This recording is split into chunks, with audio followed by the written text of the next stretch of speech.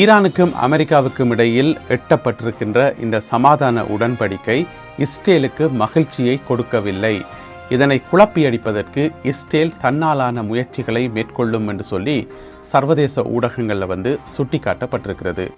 இதில் இஸ்ரேலுக்கு இருக்கக்கூடிய பிரச்சனை என்ன, எதற்காக இந்த உடன்படிக்கையை குழப்பணும், இஸ்ரேலினுடைய திட்டம் என்ன, இது சம்பந்தமாக கிடைக்கப்பட்டிருக்கின்ற தகவல்களை சர்வதேச ஊடகங்களில் என்னெல்லாம் சொல்லப்பட்டிருக்கின்றன என்பதை தொகுத்து விரிவாக விளக்கமாக இந்த காணொளியில் பார்க்கலாம். நேற்று ஞாயிற்றுக்கிழமை அமெரிக்க ஜனாதிபதி டொனால்ட் ட்ரம்ப் அவர்களுடைய 80வது பிறந்த நாளை முன்னிட்டு ஈரானுக்கும் அமெரிக்காவுக்கும் இடையில் நிலவி வந்த அந்த போர் ஒரு முடிவுக்கு வந்திருக்கிறது. அந்த சமாதான உடன்படிக்கை ஒரு நல்ல நிலைமையை எட்டியிருக்கிறது. வரும் 19ஆம் தேதி வெள்ளிக்கிழமை சுவிட்சர்லாந்தினுடைய ஜெனீவா நகரத்தில் வைத்து உடன்படிக்கையில் கைச்சாத்திட இருக்கின்றன இரண்டு நாடுகளும். அதுக்கு பிறகு நிறைய நல்ல விஷயங்கள் எல்லாம் அறிவிக்கப்பட்டிருக்கிறது. ஏற்கனவே நாங்கள் போட்ட காணொலியில் விரிவாக பார்த்துருக்கிறோம். இருந்தாலும் அதிலையும் நிறைய கேள்விக்குறிகள் எல்லாம் இருக்குது. அதையும் இந்த காணொலியில் பார்க்க போகிறோம். இருந்தாலும் அதுக்கு முதல் முக்கியமான பிரச்சனை, முதன்மையான பிரச்சனை, இஸ்ரேலுக்கு கொஞ்சம் கூட மகிழ்ச்சி இல்லை. இந்த சமாதான உடன்படிக்கையை இஸ்ரேலுக்கு கிடைத்த ஒரு பேட் நியூஸ் என்று சொல்லி சர்வதேச ஊடகங்கள், நிறைய ஊடகங்களில் சுட்டி காட்டப்பட்டிருக்கிறது. த வால் ஸ்ட்ரீட் ஜேர்னல் இது சம்பந்தமாக ஒரு கட்டுரை வெளியிட்டிருக்கின்றது. அல் ஜசீரா தொலைக்காட்சியில் சில நிபுணர்களுடைய பேட்டிகள் வெளியாகி இருக்கின்றன. அதே போல நியூயார்க் டைம்ஸும் இதனை சுட்டி காட்டியிருக்கிறது. என்னதான் நடந்திருக்குன்னு சொன்னால் உங்களுக்கு தெரியும், இஸ்ரேல் இப்போ காசால ஒரு யுத்த முனியொன்றை ஆரம்பித்து இனமுமே காசாவை முழுமையாக கைப்பற்றல. அது ஒரு கட்டத்தில் போய் கொண்டிருக்குது. இங்கால லெபனானில் பார்த்தீங்கன்னு சொன்னால் யுத்தத்தை ஆரம்பித்து தெற்கு லெபனானில் சில பகுதிகளை பிடிச்சு அதுவும் ஒரு பாதியில் நிற்கிது. இங்கால ஒரு பாதி, அங்கால ஒரு பாதியில் நிற்கிது. எதுவுமே முற்றுப்பெறவும் இல்லை. இஸ்ரேல் நினைத்த அந்த இராணுவ இலக்குகள் எதுவுமே அடையப்படவில்லை. எல்லாமே போட்டபடி பாதியில் அந்தந்த இடத்துல இருக்குது. அப்படி இருக்கும்போது திடீரென்று சகல முனைகளிலும் யுத்தத்தை நிறுத்த வேண்டும், எல்லா இடமும் சமாதானம் பெறணும் என்று சொல்லி அமெரிக்காவும் ஈரானும் உடன்படிக்கை போட்டது. அதில் ஈரான் உறுதியாக நின்றது, லெபனான்ல எல்லாம் யுத்தமே இருக்கக்கூடாது, லெபனானில் மட்டுமில்லை பிராந்தியத்தில் எங்குமே யுத்தம் இருக்கக்கூடாதுன்றதில் ஈரான் மிகவும் உறுதியாக இருந்தது. அதற்கு அமெரிக்கா சரியென்று தலையாட்டி சம்மதம் தெரிவித்து தான் இந்த ஒப்பந்தம் போடப்பட்டது. அதுதான் இப்போ இஸ்ரேலுக்கு இருக்கக்கூடிய முக்கியமான பிரச்சனை. அடுத்த என்ன செய்கிறண்டே தெரியாத ஒரு நிலையில் இஸ்ரேல் இருப்பதாக சொல்லப்படுகிறது. நேற்று இந்த ஒப்பந்தம் அறிவிக்கப்பட்ட உடனே பார்த்தீங்கன்னு சொன்னால் இஸ்ரேலிருந்து பலமான எதிர்ப்பு குரல்கள் பல்வேறு தரப்புகளிலிருந்து வந்ததாக சொல்லப்படுகிறது.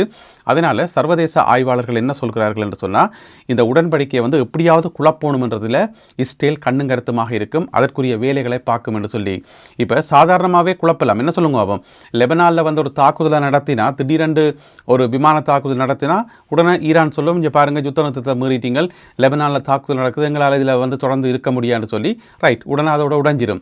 எனவே அப்படியான வேலைகள் ஏதாவது நடப்பதற்கான வாய்ப்புகள் நிறையவே இருக்குன்னு சொல்லப்படுது. அது மட்டும் இல்லாமல் நேற்று எட்டப்பட்ட இந்த உடன்படிக்கை ஒரு நிரந்தரமான நல்ல ஸ்ட்ராங்கான உடன்படிக்கை எல்லாம் சொல்ல முடியாது. இது டொனால்ட் ட்ரம்ப் அவர்களுடைய பர்த்டே கொண்டாடுறதுக்காக அவசரமாக அவசர கதியில் உருவாக்கப்பட்ட சமாதான உடன்படிக்கை என்றுதான் பெரும்பாலான ஊடகங்களை சொல்லப்படுது. என்னென்னா அடுத்து வரும் 60 நாட்களுக்குள்ள 60 நாட்களுக்கு பிறகுதான் அந்த இறுதி ஒப்பந்தம் போடப்படும். இறுதியுமான ஒப்பந்தம் 60 நாட்களுக்கு பிறகுதான் போடப்படும். இந்த அடுத்து வரும் 60 நாட்களும் மிக குரூஷியலான, அதாவது கடினமான பேச்சுவார்த்தைகள் இடம்பெறும் காலமாக இருக்கும். மிக முக்கியமாக ஈரானினுடைய அணுசக்தி பிரச்சனைகள், அணுகுண்டு தயாரிக்கிறது, ஏற்கனவே செறிவூட்டப்பட்ட யுரேனியத்தை என்ன செய்கிறது, இந்த மாதிரியான முக்கியமான பிரச்சனைகள் இதில் கலந்துரையாடப்படும்.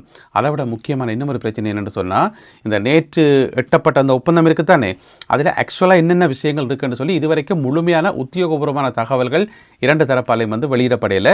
சில பல தகவல்கள் கசிஞ்சு கொண்டிருக்கே தவிர உத்தியோகபூர்வமாக வெளியிடப்படையில். ஈரான் என்ன சொல்லியிருக்குன்னு சொன்னால், 19ஆம் தேதி வெள்ளிக்கிழமை சைன் வச்சா பிறகு நாங்கள் உலகத்துக்கு உத்தியோகபூர்வமாக முழுமையாக அறிவிப்போம் என்று சொல்லி. அப்போ இதுவரை கிடைக்கப்பட்டிருக்கிற தகவல்களில் ஒரு முக்கியமான விஷயம் இருக்குது.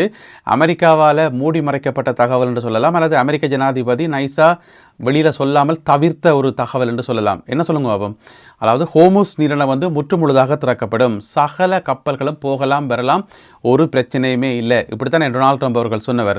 இன்றைக்கு கொஞ்சம் முன்னமாக தன்னுடைய ட்ரூத் சோஷியலில் போட்டுக்கார், கப்பல்கள் புறப்பட ஆரம்பித்து விட்டன, போய்கொண்டிருக்கின்றன என்று சொல்லி. எனவே எல்லா பிரச்சனைகளும் தீர்ந்து என்று சொல்லி சொன்னபடியே பார்த்தீங்கன்னு சொன்னால், அவருடைய அறிவிப்புக்கு பிறகு சர்வதேச சந்தையில் எரிபொருட்களுக்கான விலைகள் குறைய ஆரம்பித்திருக்கின்றன. நல்ல விஷயம்தான். இருந்தாலும் இதுக்குள்ள டொனால்ட் ட்ரம்ப் அவர்கள் அவர்கள் சொல்லாமல் மறைத்த ஒரு செய்தி ஒன்று இருக்குது.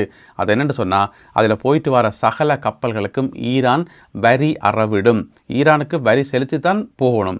அப்போ டொனால்ட் ட்ரம்ப் என்ன சொன்னவர், ஒரு பிரச்சனையுமே இல்லை, கப்பல்கள் தாராளமாக போகலாம் வரலாம். பிப்ரவரி மாதம் 28 முதல் எப்படி இருந்துச்சுதோ அதே மாதிரியே மறுபடியும் ஹோர்முஸ் வந்துட்டேன்னு சொல்லி. ஆனால் அது உண்மை கிடையாது. ஈரான் இப்போ அந்த தகவலை வெளியில் சொல்லியிருக்கேன்னு சொன்னால், ஈரானிய அதிகாரிகள் அதுக்கென்று சொல்லி ஒரு அமைப்பு உருவாக்கப்பட்டது தானே, பாரசீக வளைகுடா மேலாண்மை வாரியமோ இன்னொன்று சொல்லி ஒரு அமைப்பு உருவாக்கப்பட்டிருந்தது. அந்த அமைப்பினர் தொடர்ந்து செயல்படுவார்கள், சகல கப்பல்களுக்கும் வரி அறவிடப்படும் என்று சொல்லி. இந்த முக்கியமான விஷயம் இந்த ஒப்பந்தத்தில் கடைசி நிமிஷத்தில் 11th hour என்று சொல்லுவோம், கடைசி நிமிஷத்தில் சேர்க்கப்பட்டது என்று சொல்லப்படுகிறது. அது டொனால்ட் ட்ரம்ப் அவர்களுக்கும் நல்ல வடிவாக தெரியும். அதற்கு அவர் சம்மதித்து தான் நேற்று இந்த உடன்படிக்கையை உலகத்துக்கு அறிவித்தார் என்று சொல்லப்படுகிறது. எனவே ஹோர்முஸ் நீரிணை திறந்து தான் இருக்குது, ஆனால் பழைய மாதிரி இல்லை. ஏற்கனவே ஈரான் பல தடவை சொல்லிட்டுது, ஹோர்முஸ் நீரிணை ஒருபோதுமே பழைய நிலைமைக்கு திரும்பாது என்று சொல்லி. இப்போ அதுதான் நடந்துருக்குது. அதுக்கு டொனால்ட் ட்ரம்ப் அவர்களும் சம்மதம் தெரிவிச்சுக்கிறது ஆச்சரியமாக பார்க்கப்படுது. கண்டிப்பாக இது இஸ்ரேலுக்கு ஒரு பேட் நியூஸ் தான். எனவே வரும் வெள்ளிக்கிழமை உத்தியோகபூர்வமான தகவல்கள் வெளியில் வந்தா பிறகு அந்த அக்ரிமெண்ட் கோப்பி உலகத்துக்கு கடத்தன வேணும், என்ன சைன் வச்சிருக்குன்னு சொல்லி. அதெல்லாம் வெளியில் வந்தா பிறகு இன்னும் பல அதிர்ச்சிகள் காத்திருக்கும் என்று சொல்லப்படுது. இப்போ டொனால்ட் ட்ரம்ப் அவர்கள் என்ன செய்ய போகிறார், இஸ்ரேலை என்ன செய்ய போகிறார், இஸ்ரேல் இந்த சமாதானத்தை குழப்பமாக இருந்தால், தாக்குதல்களை நடத்துமாக இருந்தால், அடுத்ததாக டொனால்ட் ட்ரம்ப் அவர்களுடைய நடவடிக்கை என்னவாக இருக்கும்? ஏற்கனவே இஸ்ரேலிய பிரதமர் பெஞ்சமின் நெத்தன்யாகு அவர்களோட பல தடவைகள் தொலைபேசியில் கதைச்சிருக்கிறார் டொனால்ட் ட்ரம்ப் அவர்கள். அதில் ஒரு கட்டத்தில் போன கிழமை கோபத்தில் கொந்தளித்ததாகவும் கண்டபடி பேசினதாகவும், நான் மட்டும் இல்லையென்றா நீர் இப்போ ஜெயிலுக்கான் இருப்பீர், அது தெரியுமா உமக்கு என்று சொல்லி கண்டபடி டொனால்ட் ட்ரம்ப் அவர்கள் ஏசினார் என்று சொல்லி செய்திகள் எல்லாம் வெளியாகி இருந்தன. நாங்களும் வீடியோக்களில் அதை பற்றி சொல்லியிருக்கிறோம். எனவே டொனால்ட் ட்ரம்ப் அவர்கள் எப்படியெல்லாம் கதைக்க முடியுமோ எல்லா வழிகளையும் நெத்தன்யாகு அவர்களோட கதைச்சு தான் பார்க்குறார். அமைதியாகவும் கதைச்சு பார்க்குறார், நட்பு ரீதியாகவும் கதைச்சு பார்க்குறார், கோவப்பட்டு கொந்தளிச்சும் கதைச்சு பார்க்குறார். ஒன்றுமே சரி வருதில்லை. டொனால்ட் ட்ரம்ப் அவர்களால் நெத்தன்யாகுவை கட்டுப்படுத்த முடியவில்லை என்றதான் இங்கே இருக்கக்கூடிய முக்கியமான விஷயம். இனி இந்த 60 நாள் போர் நிறுத்தம் இருக்குத்தானே, இதை அவர் குழப்புவாராக இருந்தால், இஸ்ரேல் குழப்பமாக இருந்தால் அமெரிக்கா என்ன செய்ய போகுதுன்னு சொல்லி எங்களுக்கு தெரியல. அதை நாங்கள் பொறுத்திருந்து பார்க்கணும். எனவே இந்த சமாதான உடன்படிக்கை கனகாலத்துக்கு இதே மாதிரி சுமூத்தாக போகும் என்று சொல்லி அந்த நம்பிக்கை பெரும்பாலான ஆட்களுக்கு இல்லை.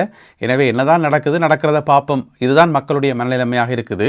இதுக்கிடையில் இஸ்ரேலால் வைக்கப்படுற மற்றும் ஒரு முக்கியமான குற்றச்சாட்டு என்னென்று சொன்னால், ஈரானால் வழிநடத்தப்படுகின்ற இந்த ப்ராக்ஸி அமைப்புகள், அதாவது ஹமாஸ் அமைப்பாக இருக்கலாம், ஹெஸ்புல்லா அமைப்பாக இருக்கலாம், ஏனைய அமைப்புகளாக இருக்கலாம், அவர்களுக்கு என்ன அவர்களை என்ன செய்கிறது, ஆயுதங்களை கீழே போடுவார்களா, அல்லது அவர்கள் கட்டுப்படுத்தப்படுவார்களா, எதிர்காலத்தில் தாக்குதல் நடத்தாமல் விடுவார்களா, இது மாதிரி எந்த விதமான ஒரு இதுவும் அதில் சொல்லப்படலையா, அந்த ஒப்பந்தத்தில் சொல்லப்படவே இல்லை. சுருக்கமாக சொல்லப்போனால் இந்த சமாதான உடன்படிக்கையில் இஸ்ரேல் முற்று முழுதாக புறக்கணிக்கப்பட்டிருக்கிறது என்று சொல்லப்படுகிறது. எனவே அடுத்த கட்டமாக என்ன நடக்கும்ன்றதை நாங்கள் பொறுத்திருந்தான் பார்க்கணும். இதுக்கிடையில் அந்த ஒப்பந்தத்தில் சொல்லப்பட்டிருக்கிற சில விஷயங்கள் அன்ஒஃபிஷியலாக கசிஞ்ச விஷயங்கள் தான், உத்தியோகபூர்வமாக வெளிவராத விஷயங்கள். என்னென்ன விஷயங்கள் என்று பார்ப்போம். முதலாவது ஈரான் மீண்டும் சர்வதேச வர்த்தகத்தில் ஈடுபடலாம் என்று சொல்லி, இது ஈரானுக்கு கிடைச்ச மிக மிக பெரிய ஒரு வெற்றி என்று சொல்லலாம். ஏன்னு சொன்னால், ஈரானுக்கு மேலே எத்தனையோ வருஷக்கணக்காக நிறைய தடைகள் இருக்குது, சர்வதேச தடைகள், ஒரு ஒழுங்காக பிஸ்னஸ் பண்ண முடியலை என்று சொல்லி. எனவே சர்வதேச வியாபாரத்தில் ஈடுபடலாம்ன்றது நல்ல விஷயம். ஈரானில் எத்தனையோ பொருட்கள் எல்லாம் உற்பத்தி செய்யப்படுது. நாங்கள் எப்போ அதை பார்த்துக்கிறப்பா, மேட் இன் ஈரான் என்று சொல்லி. இப்போ made in Japan, made in China, made in America என்று சொல்லி நிறைய பொருட்களை நாங்கள் பார்த்துருக்கிறோம். எப்போயாவது மேட் இன் ஈரான் என்று சொல்லி பார்த்துக்கிறோமா? பார்க்குறதுக்கான வாய்ப்புகள் எங்களுக்கு இல்லை. ஏன்னு சொன்னால், ஈரானிய பொருட்கள் வெளியில் வாரதில்லை. அப்படியே வந்தாலும் மேட் இன் ஈரான் என்று சொல்லலாம் அடிச்செல்லாம் பெற முடியாது. வேறு பேரில் வேறு லேபிள் அடித்து தான் வெளியில் வரணும். அதாவது பிளாக்கில் தான் வெளியில் வர முடியுமே தவிர ஒஃபிஷியலாக வர முடியாது. ஆனால் ஈரானில் நிறைய கம்பெனிகள் இருக்குது, நிறைய உற்பத்தி பொருட்கள் இருக்குது, எவ்வளவோ பொருட்கள் ஏற்றுமதி செய்யலாம் என்று சொல்லி நிறைய விஷயங்கள் இருக்குது. எனவே எதிர்காலத்தில் நாங்கள் மேட் இன் ஈரான் என்று சொல்லி லேபிள் பொறிக்கப்பட்ட, முத்திரை குத்தப்பட்ட பொருட்களை பார்க்கக்கூடிய மாதிரி இருக்கும் என்று சொல்லி நம்பலாம். எனவே என்ன நடக்க போகுதுன்றதை பொறுத்து பார்க்கணும். ஈரானுக்கு சர்வதேச வர்த்தகத்துக்கான தடை நீக்கப்பட்டிருக்கிறது. அடுத்தது ஈரான் தாராளமாக எண்ணெய் விற்பனையில் ஈடுபடலாம் என்று சொல்லி. உங்களுக்கு தெரிஞ்ச ஈரான்கிட்ட எக்கச்சக்கமான எண்ணெய் வளங்கள் இருக்குது. எனவே அதுவும் ஒரு நல்ல விஷயம். அதனால தான் சர்வதேச சந்தையில் எரிபொருட்களுக்கான விலைகள் குறைஞ்சிருக்குது. மிக முக்கியமாக இலங்கையில் இருக்கக்கூடிய பிரச்சனைகள் எல்லாம் தீர்ந்தால் எங்கள் எல்லாருக்குமே சந்தோஷம். ஏன்னு சொன்னால், இலங்கை கடுமையான நெருக்கடியை சந்திக்குது. எனவே நல்ல விஷயங்கள் நடக்கட்டும். அடுத்தது வந்து ஈரானுக்கு சொந்தமான 24 அல்லது 25 பில்லியன் அமெரிக்க டாலர்ஸ் வந்து விடுவிக்கப்படும் என்று சொல்லி, ஆனால் அதில் ஒரு நிபந்தனை ஒன்று இருக்குது. இந்த 60 நாட்களில் ஈரான் எப்படி நடந்து கொள்கிறது என்றதை பார்த்து தான் கட்டம் கட்டமாக விடுவிப்போம் என்று சொல்லி ஒரு வசனம் அதில் சொல்லப்பட்டிருக்காம். எனவே இன்றைக்கோ நாளைக்கோ வந்து உடனே 25 பில்லியனை தூக்கி அமெரிக்கா கொடுக்க போகிறதில்லை. 60 நாள் பீரியட்டில் வந்து என்னென்ன நடக்குது, என்ன சம்பவங்கள் நடக்குதுன்னு பார்த்து கட்டம் கட்டமாக விடுவிக்கப்படும் என்று சொல்லி, அதை விட ஈரான் மேலே விதிக்கப்பட்டிருந்த ஏனைய பொருளாதார தடைகள், இப்போ ஈரானோட வந்து வர்த்தகம் செய்கிறது, வங்கி நடவடிக்கைகள் செய்கிறது, இந்த மாதிரி கணக்க விஷயங்களுக்கு தானே பங்கு சந்தையில் வந்து ஈரானிய கம்பெனிகள் வந்து வெளியில் வர்றது, இந்த மாதிரியான விஷயங்கள் அதுவும் வந்து கட்டம் கட்டமாக நீக்கப்படும். ஈரான் வந்து எப்படி நடந்து கொள்கிறது என்பதை பார்த்து நீக்கப்படும் என்று சொல்லி இந்த ஒப்பந்தத்தில் வந்து சொல்லப்பட்டுள்ளதாம். லெபனான் நாட்டு பிரதமர் ஒரு முக்கியமான கோரிக்கை ஒன்றை வைத்திருக்கின்றார். அவருடைய பேர் வந்து நவாஃப் சலாம். அவர் என்ன சொல்லியிருக்காருன்னு சொன்னால், லெபனானுக்குள்ளே ஊடுருவிருக்கிறார்கள் தான் இஸ்ரேலிய இராணுவத்தினர், அவர்கள் வந்து வெளியேறணும். அதாவது லெபனானுடைய எல்லையை விட்டு உடனடியாக லெபனானுக்குள்ளே எந்த ஒரு இஸ்ரேலிய இராணுவமோ எதுவுமே இருக்கக்கூடாது, அவர்களுடைய டேங்கியோ வாகனங்களோ எதுவுமே இருக்கக்கூடாது, அவர்கள் வெளியேறணும், அது வந்து உறுதிப்படுத்தப்பட வேண்டும் என்று சொல்லி ஒரு கோரிக்கை வைத்திருக்கின்றார். அது மட்டும் இல்லாமல் ஏராளமான மக்கள், 10 லட்சத்துக்கும் அதிகமான லெபனான் மக்கள் வந்து இடம்பெயர்ந்திருக்கிறார்கள். மிக முக்கியமாக தென் லெபனானில் இருக்கக்கூடிய பல நகரங்கள், பல கிராமங்கள் எல்லாம் வந்து இப்போ வெறிச்சோடி போய் அந்த பேய் நகரங்கள் மாதிரி இருக்காமல் இப்போ, ஏன்னா மக்கள் எல்லாம் வெளியேறி போயாச்சு, கட்டடங்கள் எல்லாம் அடித்து தூராக்கி தரமட்டமாக்கியாச்சு. அப்போ அப்படி இருக்கும்போது மக்களை கொண்டே மீள குடியேற்றணும். எனவே அந்த நடவடிக்கைகளை நாங்கள் ஆரம்பிக்க போகின்றோம்.